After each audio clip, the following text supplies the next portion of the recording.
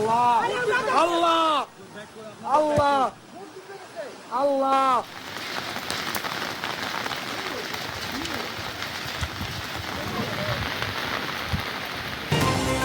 ভারী বৃষ্টিপাত অব্যাহত। পার্বত্য চট্টগ্রামের রাঙামাটির বাঘাইছড়িতে পাহাড় ধসে নিহত এক, পতেঙ্গায় সড়ক বিচ্ছিন্ন।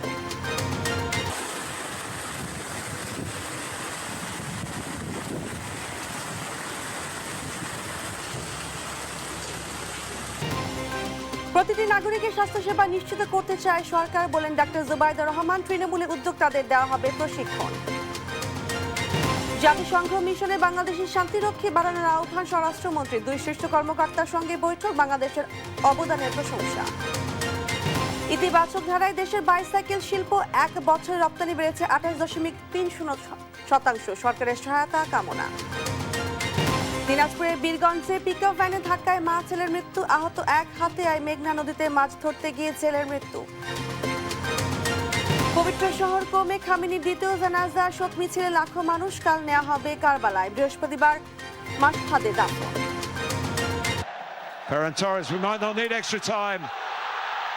It's brilliantly finished by the versatile Mikel Merino. কান্নায় শেষ রোনালদোর বিশ্বকাপ, যুক্তরাষ্ট্রকে উড়িয়ে শেষ 8-এ বেলজিয়াম। রাতে চ্যাম্পিয়ন আর্জেন্টিনার মুখোমুখি হবে মিশর।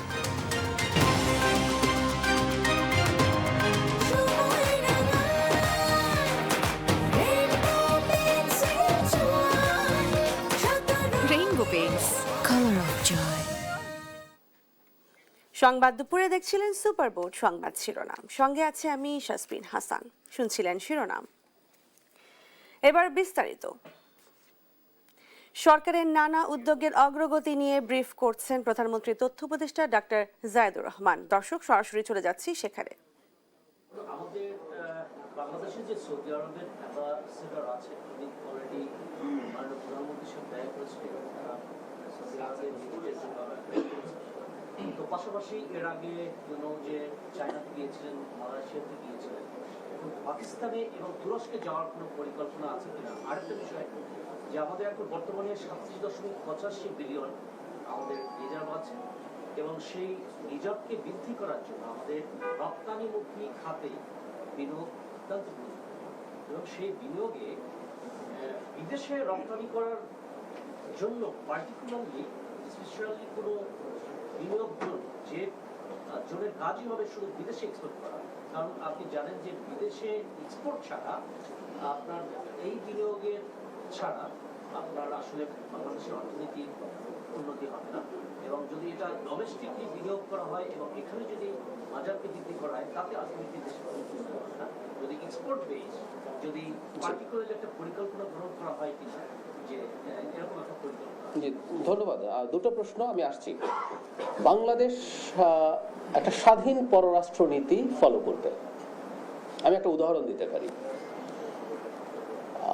আমেরিকার সাথে আমাদের একটা চুক্তি হয়েছিল, সেটা নিয়ে অনেকে অনেক রকম কথা বলেছেন যে বাংলাদেশ পুরোপুরি আমেরিকার সাথে ছাড়া আর কারোর সাথে কি সম্পর্ক রাখবে কি রাখবে না। আমি যদি এভাবে বলি, কিছুদিনের মধ্যে আপনারা দেখলেন আমাদের সরকার দায়িত্বে আসার পর আমাদের মাননীয় পররাষ্ট্রমন্ত্রী রাশিয়া সফর করেছেন। মাননীয় প্রধানমন্ত্রী প্রথম সফর চীনে হয়েছে, সেকেন্ড সফর। ইরানের সর্বোচ্চ ধর্মীয় নেতা আয়াতুল্লাহ খামেনির জানাজায় আমাদের মাননীয় স্পিকার গেছেন। এই রাষ্ট্রের ওয়ারেন্ট অফ প্রেসিডেন্টে তিনি 3 নম্বর মানুষ। তাহলে আপনি খেয়াল করলে দেখবেন এর মধ্যে অনেকগুলো কনফ্লিক্টিং জায়গা আছে গ্লোবাল পলিটিক্সের, কিন্তু সরকার যেখানে যেখানে তার যাওয়া প্রয়োজন মনে করে, যেভাবে সম্পর্ক প্রয়োজন মনে করে, তাই করছে। আপনি প্রশ্ন করছেন পাকিস্তান এবং তুরস্কে যাবে কিনা, প্রয়োজনে অবশ্যই যাবে। জনগণের স্বার্থ, রাষ্ট্রের স্বার্থ নিশ্চিত করার জন্য আমাদের নিষিদ্ধ দেশের বাইরে যে কোনো দেশের সাথে এই সরকার এনগেজ করবে, কাজ করবে। এটা হলো মোদ্দা কথা। এটা নিয়ে কোনো রকম কোনো কনফিউশন আমরা যেন রাখি। আমি অলরেডি উদাহরণ দিলাম আপনাদেরকে, এই উদাহরণ প্রমাণ করে যে এই সরকার একটা স্বাধীন পররাষ্ট্রনীতি ফলো করছে। বৈদেশিক বিনিয়োগের কথা আমাদের অলরেডি তো আসলে অনেকগুলো ইপিজেড আছে, ইপিজেডগুলোর ফোকাসই ছিল আসলে এক্সপোর্টকে মাথায় রেখে। আর ডোমেস্টিক ইনভেস্টমেন্ট করলে দেশের উন্নতি হবে না কথাটা ঠিক না। ডোমেস্টিক আপনি যেটা বলছেন রিজার্ভের জন্য আমার এক্সপোর্ট করতে হবে, নো ডাউট অ্যাবাউট দ্যাট, এবং আমাদের প্রোডাক্ট ডাইভার্সিফিকেশন করতে হবে। আমরা দীর্ঘকাল শুধুমাত্র রপ্তানির ক্ষেত্রে একটা পণ্যের উপরে বসেছিলাম, ইটস রিস্কি, এটা আমরা এখন বুঝি। আপনি খেয়াল করবেন যে এখন এই সরকারি সংস্থাগুলো এই ইনভেস্টমেন্টের ব্যাপারে এবং বৈদেশিক মানে রপ্তানির ক্ষেত্রে যাতে আমরা ডাইভার্সিফাই করতে পারি সেই চেষ্টা করছি, অবশ্যই করতে হবে, এটা আমি আপনার সাথে একমত, সরকার নিশ্চয়ই করবে। মাননীয় উপদেষ্টা, একটা বিষয় হলো যে আপনাদের সরকারের একটা স্লোগান যে বাংলাদেশ প্রথম, এই স্লোগানে কিন্তু দেশের মানুষ খুব উদ্বেলিত এবং উৎসাহিত, এবং এইটা একটা দেশপ্রেমের নিদর্শন, নো ডাউট। কিন্তু গত সপ্তাহে একটা বিষয় দেখলাম যে পারচেজ কমিটিতে একটা ইউএস থেকে গম আমদানির একটা অনুমোদন দেওয়া হয়েছে $320, 2,20,000 মেট্রিক টন। অথচ আন্তর্জাতিক বাজারে কিন্তু এর চেয়ে কমে অনেক এই গম পাওয়া যায়, সে $280 হতে পারে, $300 হতে পারে, $20-25 বেশি দিয়ে আপনার সরকার এই গম কেনার জন্য চুক্তি করেছে বা কেনার অনুমোদন দিয়েছে। আমার প্রশ্ন হলো যে এই চুক্তি কিন্তু বিগত ইউনুস সরকার করেছে।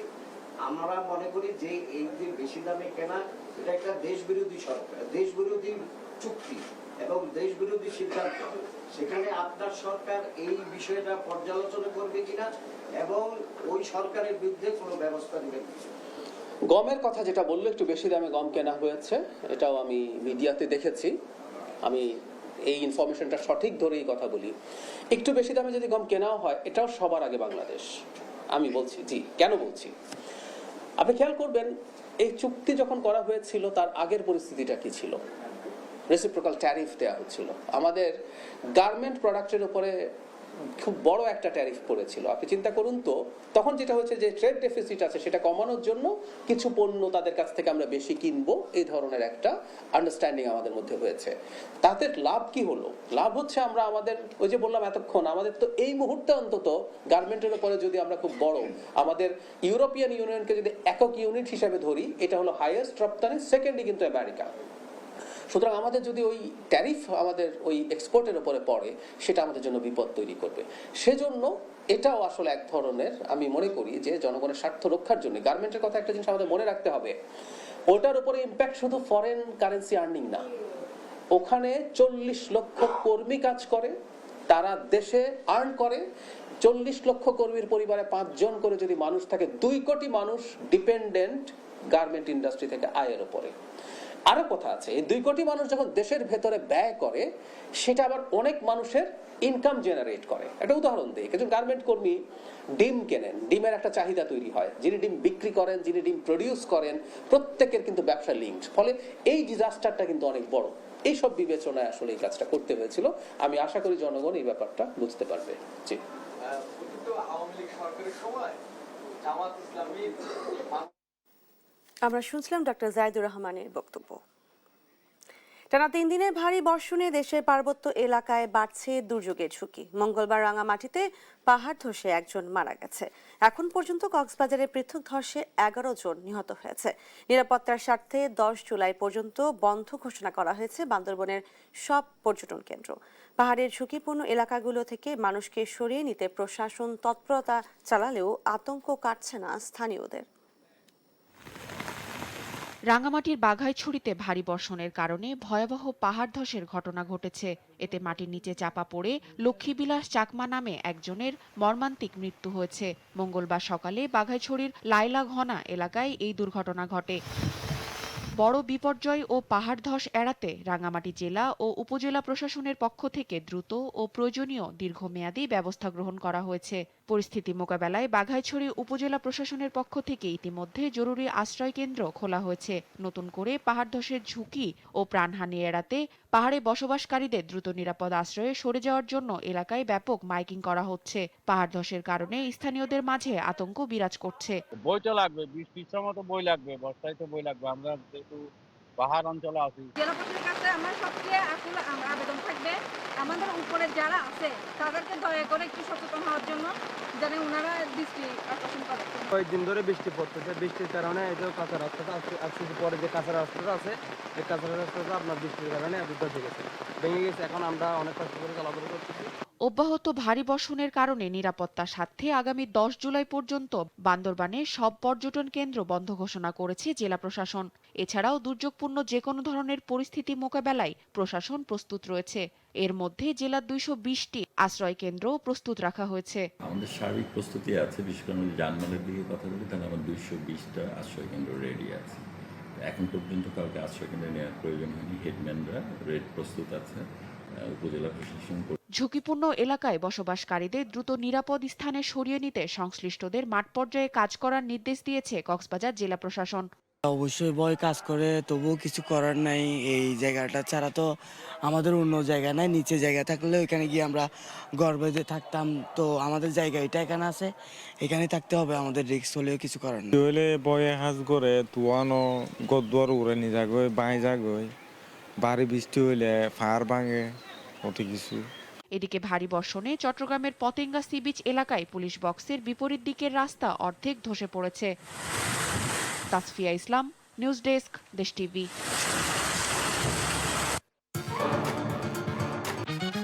ফ্রিডম নিয়ে এলো স্কুটি নাকি গোল্ড অফার। স্টিকারে থাকা কিউআর কোড স্ক্যান করে প্যাকের ভেতরের কোডটি দাও আর প্রশ্নের উত্তর দিয়ে জিতে নাও স্কুটি অথবা গোল্ড কয়েন। টানা বৃষ্টিতে রাঙামাটিতে পাহাড় ধসের ঘটনায় মারা গেছেন একজন। এদিকে পাহাড় ধসের আতঙ্ক রয়েছে পার্বত্য জেলা বান্দরবানেও। আর এ নিয়ে আরো জানাতে সরাসরি রাঙামাটি থেকে যোগ দিচ্ছেন সহকর্মী মেহেদী হাসান। মেহেদী, পাহাড়ের ঝুঁকি নিয়ে বসবাসকারীদের সরিয়ে নিতে কি উদ্যোগ রয়েছে?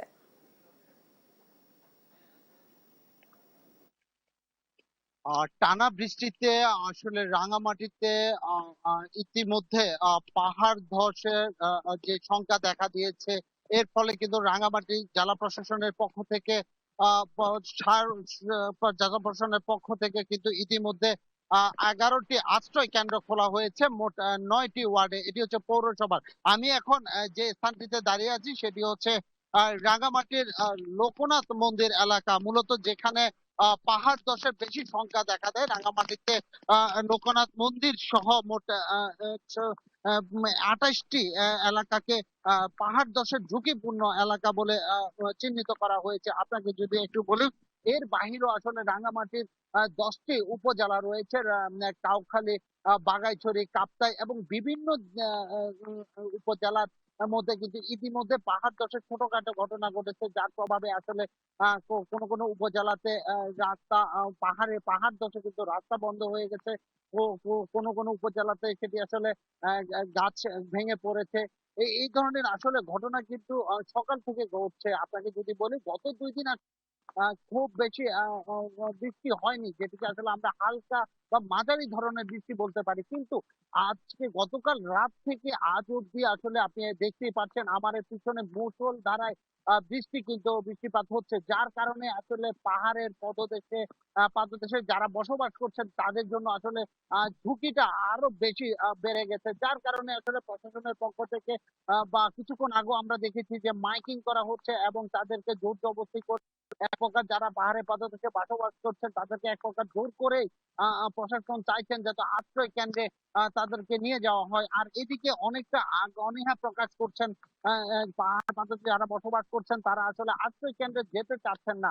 তারা বলছেন এখনো আসলে সময় হয়নি। কিন্তু যদি 2017 সালে যে 120 জনের প্রাণ ঘাতের ঘটনা ঘটেছে, এরপরে আসলে প্রশাসন একটু বৃষ্টি ও ভারী বৃষ্টিপাত হলেই কিন্তু চেষ্টা করে যে যাতে করে সবাইকে নিরাপদ আশ্রয় নিয়ে যাওয়ার জন্য।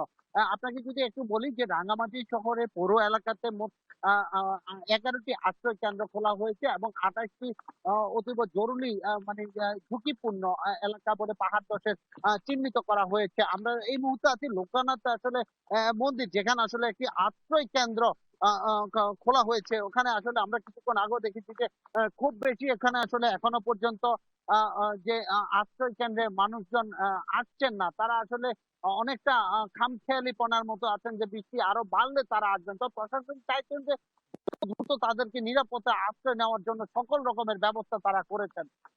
এই ছিল আমার কাছে রাঙামাটি থেকে সর্বশেষ। ধন্যবাদ মেহেদী হাসান। একই বিষয়ে আমরা জানতে যাব বান্দরবানে, এবং বান্দরবানে আছে আমাদের সহকর্মী আবুল বাশার নয়ন। নয়ন, বান্দরবানের পরিস্থিতি কি দেখছেন? তো রাঙামাটির কি পরিস্থিতি, বান্দরবানের পরিস্থিতি এখন কেমন জানাবেন? জি ধন্যবাদ। আসলে সকাল নাগাদ 128 মিলিমিটার বৃষ্টিপাত হয়েছে বান্দরবান, অর্থাৎ গত 24 ঘন্টার আবহাওয়া অধিদপ্তরের হিসাবে।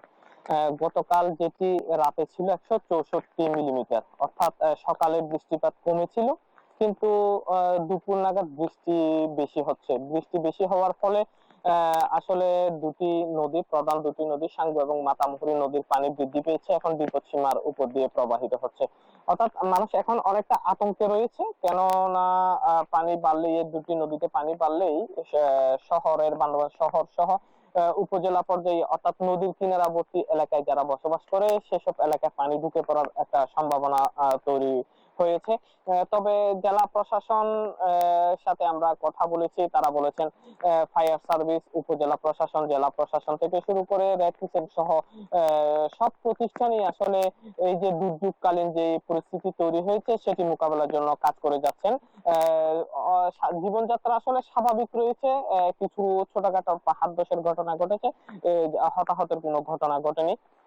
পরিস্থিতি অনেকটা প্রশাসনের নিয়ন্ত্রণ রয়েছে। আমরা দেখেছি গতকাল যখন রুমা এবং কাঞ্চি উপজেলায় পাহাড় ধসে পড়ে, সেখানে সেনাবাহিনীর সহায়তায় স্থানীয় প্রশাসন সেখানে জীবনযাত্রার স্বাভাবিক অবস্থা তৈরি করেছে। আমরা আসলে স্থানীয়দের সাথে কথা বলেছি, তারা যেটি বলেছেন, থানচির উপরবর্তী এলাকায় যদি বৃষ্টিপাত বেশি হয় তাহলে বান্দরবান শহরে বন্যার একটা সম্ভাবনা তৈরি হয়েছে, পাহাড় ধসের একটা সম্ভাবনা তৈরি হয়েছে। কেননা 3-4 দিন ধরে বাড়ি বৃষ্টিপাত হচ্ছে। বৃষ্টিপাত হওয়ার ফলে পাহাড়ি যে পাহাড়গুলো রয়েছে, পাহাড়গুলোর মাটি নরম হয়ে যায়, যার কারণে ঝুঁকিটা বেড়ে যায়। এই জন্য স্থানীয় বাসিন্দাদের নিরাপদ স্থানে থাকার জন্য প্রশাসন আসলে মাইকিং করে যাচ্ছে। এই ছিল আমার কাছে বান্দরবান থেকে সবশেষ। ধন্যবাদ নয়ন। বান্দরবান এবং রাঙামাটি থেকে পাহাড় ধস নিয়ে জানাচ্ছিলেন সহকর্মীরা। আরএফএল ওয়াটার পাম্পের রোটর এখন আরো উন্নত আর বিদ্যুৎ সাশ্রয় হয় 20% পর্যন্ত। দেশের প্রতিটি নাগরিকের স্বাস্থ্যসেবা নিশ্চিত করতে চায় সরকার, এমনটি জানিয়েছেন জিয়াউর রহমান ফাউন্ডেশনের vice president doctor Zubaidur Rahman. মঙ্গলবার সকালে রাজধানীর একটি হোটেলে বাংলাদেশের স্বাস্থ্য উদ্যোক্তা হওয়ার পথ শীর্ষক এক কর্মশালায় এসব কথা বলেন তিনি। ডাক্তার জুবাইদুর রহমান বলেন, স্বাস্থ্য খাতে অনেক চ্যালেঞ্জ রয়েছে, সংকট সমাধানে ঘাটতিগুলো চিহ্নিত করতে চেষ্টা করা হচ্ছে। বলেন, স্বাস্থ্যসেবা তরুণ প্রজন্মের চিন্তা ভাবনাকে কাজে লাগাতে হবে। সরকার তরুণদের প্রশিক্ষণ দেওয়ারও চিন্তা করছে বলে জানান তিনি। We have a large generation of young people whose energy, digital fluency, সরকার মনে করে স্বাস্থ্যসেবা পাওয়া জনগণের মৌলিক অধিকার, তাই দেশের প্রতিটি নাগরিকের জন্য স্বাস্থ্যসেবা নিশ্চিত করতে সরকার কাজ করছে। স্বাস্থ্যসেবার উন্নয়নে তরুণ প্রজন্মের চিন্তা ভাবনা ও উদ্ভাবনী ধারণাকে কাজে লাগাতে চায় সরকার। এজন্য তরুণদের প্রশিক্ষণ দেওয়ার পরিকল্পনাও রয়েছে। so that their creativity can be directed towards solving the health problems that matter most. Dengue নিয়ে ফাইট করা হচ্ছে, তবে অন্যান্য সরকারের তুলনায় ব্যবস্থা অনেক ভালো বলে মন্তব্য করেছেন স্বাস্থ্যমন্ত্রী সরদার মোহাম্মদ সাখাওয়াত হোসেন।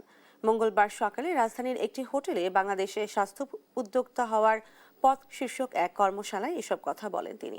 বলেন, দেশে অনেক প্রখ্যাত চিকিৎসক রয়েছেন, অনেকেই নতুন নতুন চিকিৎসা সেবা উদ্ভাবন করছেন। প্রধানমন্ত্রী স্বাস্থ্য খাতে তরুণ উদ্যোক্তাদের উৎসাহ দিচ্ছেন। এদিকে অর্থমন্ত্রী আমির খসরু মাহমুদ চৌধুরী বলেন, সারা দেশে 1 লাখ স্বাস্থ্যকর্মী নিয়োগ দেওয়া হবে।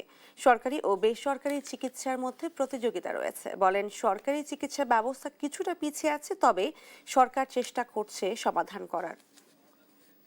Just 1 day back, our Honorable Prime Minister has introduced me to one of our young entrepreneurs who has invented a neonatal ventilator for our country at a very cheaper cost. সরকারি চিকিৎসা ব্যবস্থা কিছুটা পিছিয়ে আছে, তবে সরকার তা সমাধান করার চেষ্টা করছে। এছাড়া বাজেটে স্বাস্থ্য খাতে বিশেষ গুরুত্ব দেওয়া হয়েছে। সারা দেশে হামের পাশাপাশি বাড়ছে ডেঙ্গু আক্রান্তের সংখ্যাও। হাসপাতালে ভিড় করছেন রোগী ও স্বজনরা। রাজধানী মুগদা মেডিকেল হাসপাতালে 24 ঘন্টায় হাম আক্রান্ত হয়ে 11 জন ভর্তি হয়েছে। চিকিৎসাধীন 32 রোগী, আর এ সময় ডেঙ্গু আক্রান্ত হয়ে নতুন 17 রোগী সহ 52 জন চিকিৎসা নিচ্ছেন। ডেঙ্গু ও হামের এমন প্রকোপে আতঙ্কে রোগী ও স্বজনরা। জাতিসংঘ মিশনে বাংলাদেশের সাতক্ষীরার শান্তিরক্ষীর সংখ্যা বাড়ানোর আহ্বান জানিয়েছেন স্বরাষ্ট্রমন্ত্রী সালাউদ্দিন আহমদ। নিউ ইয়র্কের স্থানীয় সময় সোমবার জাতিসংঘের 2 জন আন্ডার সেক্রেটারি জেনারেলের সঙ্গে আলাদা বৈঠকে বাংলাদেশের দীর্ঘদিনের শান্তিরক্ষা অবদান, পেশাগত সক্ষমতা এবং ভবিষ্যৎ প্রস্তুতির কথা তুলে ধরে এই আহ্বান জানান তিনি। স্বরাষ্ট্রমন্ত্রী বাংলাদেশি শান্তিরক্ষী ও পুলিশ সদস্যদের অধিকতর মোতায়েন, বাংলাদেশি কর্মকর্তাদের জন্য আরও নেতৃত্বস্থানীয় পদে নিয়োগ এবং বিশেষায়িত পুলিশ ইউনিট পাঠানোর ক্ষেত্রে জাতিসংঘের সমর্থন কামনা করেন। টানা 6 দিন বিরতি শেষে বিকেলে আবারও বসছে চলতি সংসদের অধিবেশন। মঙ্গলবার বেলা 3টায় স্পিকার হাফিজউদ্দিন আহমেদের সভাপতিত্বে শুরু হবে অধিবেশন। এর আগে গেল 30 জুন নতুন অর্থ বছরের বাজেট পাশের পর অধিবেশন মুলতবি করা হয়। সংসদ সচিবালয় জানিয়েছে 2026-27 অর্থ বছরের জাতীয় বাজেট পাশ হয়েছে। কয়েকটি গুরুত্বপূর্ণ বিলও সংসদের অনুমোদন পেয়েছে। কার্যোপদেষ্টা কমিটির সিদ্ধান্ত অনুযায়ী 9 জুলাই পর্যন্ত অধিবেশন চলবে। এ মেয়াদ বাড়তে পারে বলেও জানিয়েছেন তারা।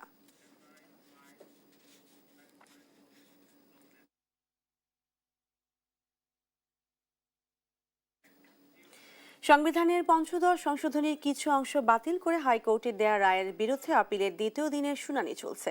প্রধান বিচারপতি নেতৃত্বাধীন 4 সদস্যের আপিল বেঞ্চে মঙ্গলবার এই বিষয়ে শুনানি শুরু হয়। প্রথমে শুনানি শুরু করেন সুশাসনের জন্য নাগরিক সুজনের পক্ষের আইনজীবী। শুনানিতে সুজনের আইনজীবী শরীফ ভূঁইয়া জানান, পঞ্চদশ সংশোধনী পুরোটাই বাতিল করা উচিত, তবে 102 ও 96 অনুচ্ছেদ বহাল রাখার ক্ষেত্রে তাদের আপত্তি নেই। বলেন, এই সংশোধনী ছিল খুবই অস্বচ্ছ প্রক্রিয়ায়, যেখানে দেশের সংবিধানের চরিত্র পরিবর্তন করা হয়েছে। এই সংশোধনীটা যেহেতু পার্লামেন্ট এই ধরনের প্রক্রিয়ায় পাশ করেছে, এটা সর্বোচ্চ আদালত হিসাবে তাদের একটা সুস্পষ্ট এখানে অবস্থান নেওয়া উচিত জনগণের পক্ষে, যে এই ধরনের সংশোধনী অসাংবিধানিক, যাতে করে ভবিষ্যতে বাংলাদেশে এই ধরনের সংশোধনী করা না হয় সংবিধানের। এই সংশোধনীর উদ্দেশ্যই হলো সংবিধানকে ধ্বংস করা। এবার আইডিএলসি বাণিজ্য বার্তা।